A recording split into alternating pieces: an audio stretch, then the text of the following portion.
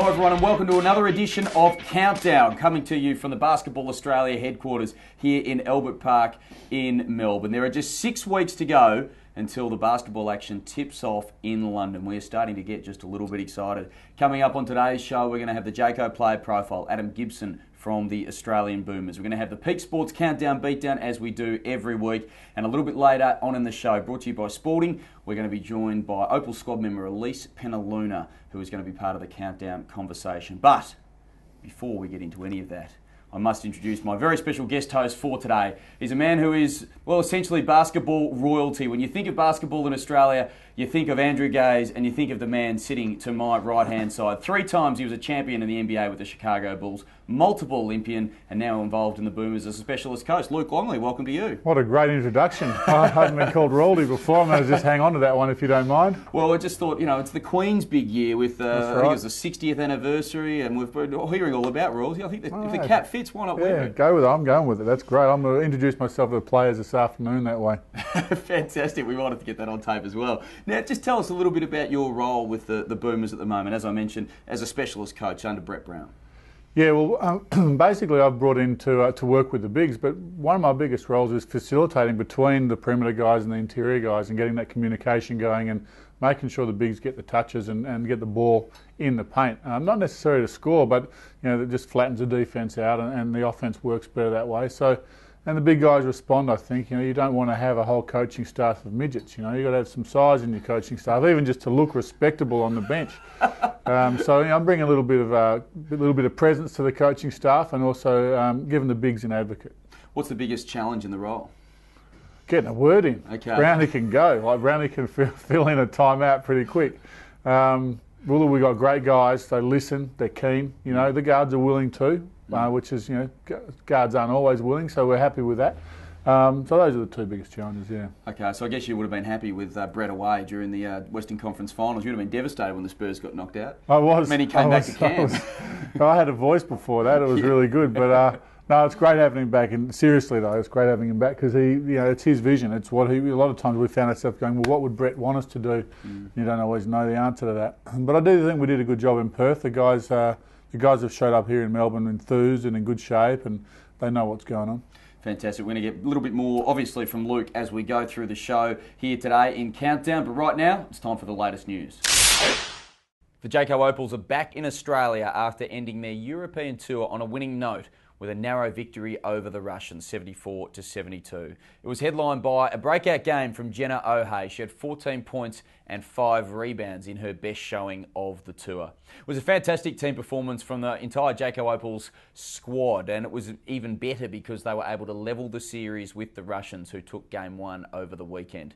Liz Cambage and Belinda Snell were the standouts in that one.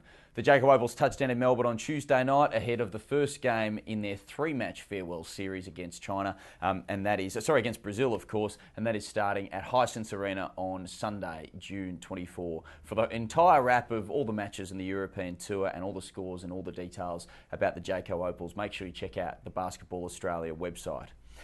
And the Boomers, well, their camp is buzzing ahead of the farewell series because they are feeling confident after sweeping China in the UE series last week. The squad's gathered for this week's training camp in Melbourne, and of course it's headlined by returning NBA star Patty Mills, along with European-based duo Brad Newley and also Alex Marich. Now, the Boomers begin their farewell series, of course, like the Opals, at Hisense Arena on Sunday, June 24. It's the doubleheader. Make sure you check out the Basketball Australia website for all your Boomers information. And for Boomers fans, it's really important that you do get your tickets to that game at Hisense Arena because the matches at the State Basketball Centre in Knox and at the Arena in Geelong are officially sold out. Fantastic news for everyone who's going to be at those 2 contests. The announcement that Boomers head coach Brett Brown and Patty Mills were returning saw the remaining tickets for those 2 matches snapped up. But don't despair, there are still tickets available for the doubleheader, the Jayco Opals and the Boomers. The Opals, of course, playing the Brazilians. The Boomers playing Greece. The Hisense Arena doubleheader on Sunday, June 24. The farewell series, Basketball's Road to London. We're only about 6 weeks away. Make sure you get to those venues. There are also still tickets available for the Jayco Opals matches in Bendigo and the State Basketball Centre in Knox. Make sure you check out www.thefarewellseries.com.au for all those details. Hi everyone, I'm Kathleen McLeod from the Jayco Australian Opals here, putting a call out to all our fans to get on social media and support us on the road to London. Follow us on Twitter, like us on Facebook and check the Basketball Australia website for all the latest. So Luke Longley again is my special guest host today. Of course, was over in Western Australia watching the Boomers defeat China and sweep them 3-0 in that UYE series. What was the thing that impressed you the most? I think our ability to make our players' ability to make adjustments during the game. You know, China got on top of us all three games in the first quarter, yep. And our guys didn't get rattled. You know, we got a very patient, very mature group, and they just figured it out through the course of the game, and that was probably for me the standout thing. Yeah, what about from an individual perspective? Was there anybody that caught your eye and said, you know, sort of announced themselves for you as an international type player? Well, look, there was no surprises. Wertho just played great, made plays, understood, you know, made plays at the right time of the game, made smart plays. To me, he was the standout player of the series. He didn't always do the scoring. Delhi played pretty well. He was solid, and at times, I mean, I think in the last game, our bigs had 60 of the 90 points. So Kickett played really well, Kazoo, Baines, those guys all did well. Adam Gibson, how did he go over in WA? Gibbo's super solid. You know, he's such a steady guy, steady hand. He hits some big shots, and he's a bear of a defender if you're a guard. And in fact, we even put him on a couple of forwards in pick and roll situations. He had to pick up power forwards right into the basket, and he can handle that too. He's a nugget. Well, he certainly is, and he's one of the premier defenders, as Luke mentioned, in the NBL, and he's, of course, hoping to show off his talents on the world's biggest stage over there in London. And this week, as part of our Jayco Player Profile series, we caught up with Adam Gibson. How's it feel to finally be back in camp and thinking London campaign and all that sort of stuff? Yeah, I mean, it's unreal. I mean, I guess most of us have been training by ourselves. You know, obviously the European guys have been with their teams, but a few of us Aussie guys in the NBL have been training by ourselves for probably the last 5 or 6 weeks. So it's good to get back with the team and get the offences and stuff, I guess, going before the Melbourne camp. You're part of the 2010 World Championship campaign. Has this build-up, obviously there's still a couple of months to go, but has this build-up been different? Is there more emphasis placed on Olympic Games? Yeah, definitely. I think all the preparation's a lot different. You know, Brett's made a strong point of it. He wants us to be the fittest team at the Olympics. So, you know, I think everyone's really dug in the last probably year and made sure they're in really good shape and as fit as can be to give ourselves, I guess, the best chance to medal.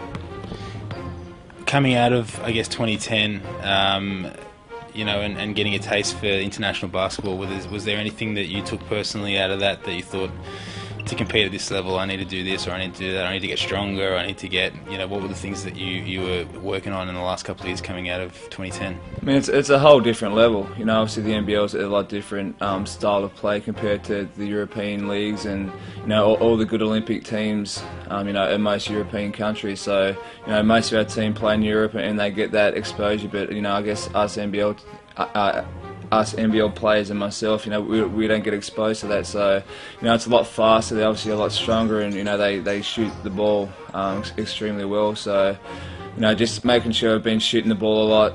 You know, trying to work on my ball handling skills because, you know, obviously their defenders are a lot better and stuff like that. So, probably quickness and I guess fitness really helps with that as well. With Paddy and now Daly developing that guard spot, it's quite, you know, we're quite strong in that spot now, and you and all three guards are pretty versatile as well. You can all shoot, you can all handle, and probably play out of position a little bit. You know, I guess with Bogut going down, does that guard spot become pretty important to the team coming into London? Yeah, I think it definitely does. You know, obviously Paddy's going to lead the team, and a lot will go through him. Delhi's come on, you know, this last year has been phenomenal, especially at college, and the past tour last year to London and stuff like that. So, you know, Brett's made no secret about, you know, he wants someone to come in and play the 2 spot and really defend, and, you know, I guess that's how I've made my money in the NBL and how I've been a part of this program the past, you know, 3 or 4 years. So, you know, I'm more than happy to do that. You know, for me, it's whatever it takes, and, you know, I've always been a pretty good defender, so if I can come in and play that role, you know, try to stop, you know, their best 2 men or their best shooting guards, and, you know, that's what I kind of take my hat off to and really live up to that challenge. So, really looking forward to that. Great to catch up there with Adam Gibson in our Jayco player profile for this week. But now, I think it's just about everyone's favourite time of the show. It's time to put the pressure on our guest host. It's time for the Countdown Beatdown. Of course, the Countdown Beatdown is brought to you by Peak Sports. And you know the drill by now. Make sure you tweet in your questions for our guest host to actually answer, and the pressure is going to be on them. They've only got 24 seconds, Luke. I hope you've got the game face. You've had a strong start to the show, but this is where it could all unravel. I'm a little bit concerned, but I reckon you've got the experience to get this done. I've never had a problem with shot clocks before. Okay, don't worry about that. Fair enough. Pass it to MJ. Okay, yeah, well, that's probably not a bad call too. And of course, we're in the green and gold. Andrew didn't mind just jacking a few up as well. That's right, or hammer, take your pick. Yeah, absolutely. Now, of course, you at home can win if you tweet in the best question of the week as nominated by our dedicated production staff, headed, of course, by Max Bennett here at Basketball Australia. You use the hashtag Beatdown, and if your question is used on the show, you can go to the draw to win the prize pack at the end of the Countdown series. But Luke, today our question comes from Aaron Carroll, and he wants to know what the best thing about playing for your country, in your country, is. Best thing about playing for Australia in Australia is wearing the green and gold in front of your family. Hearing the whole crowd cheering for you is always great. I've still got 13 seconds left.